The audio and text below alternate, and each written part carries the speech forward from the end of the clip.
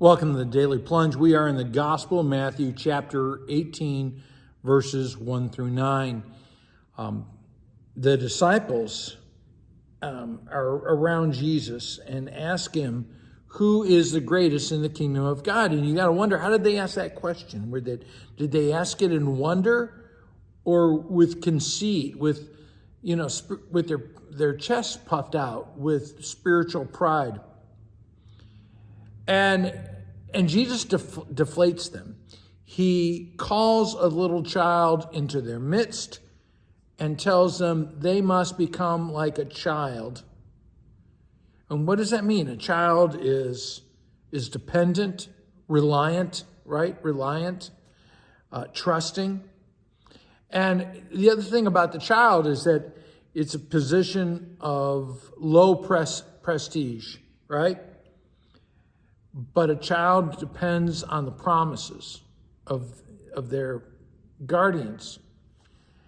And Jesus says that you will never enter the kingdom of heaven unless you can become childlike, unless you can be reliant upon God and trust God. And then he says, whoever takes this lowly position will be the greatest in the kingdom. And we hear Jesus say time and again, whoever wants to be first must be last. Whoever wants to be great must be servant of all. And he says, whoever welcomes one such in my name welcomes me. And so how important it is for us to help usher children into the presence of God, that in doing so, we are blessing Jesus Christ, right? We're being obedient to him.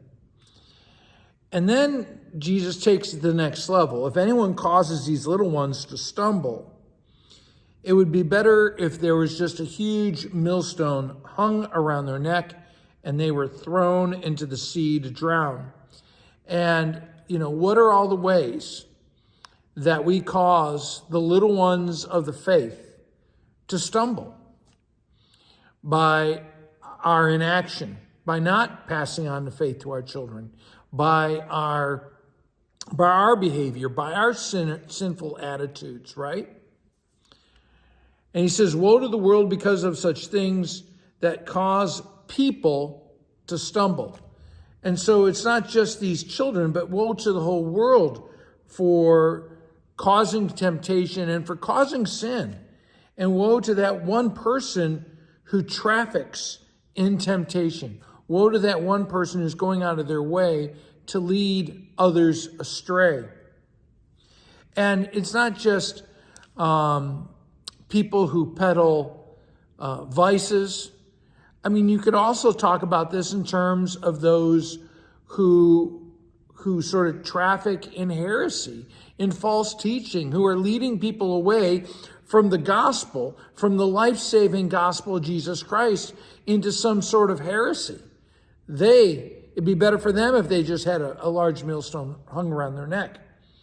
And then Jesus says, if your hand or your foot or your eye causes you to stumble, we would never think of maiming ourselves in order to prevent ourselves from sinning. And you think about, what are all the things that we just will not accept cutting out of our lives so that instead we could have Jesus in that position?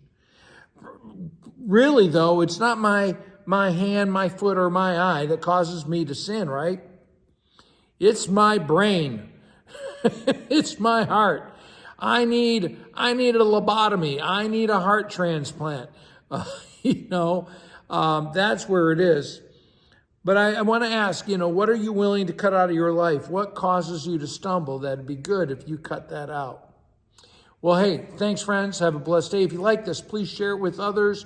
Like it on Facebook or on any other platform you're listening.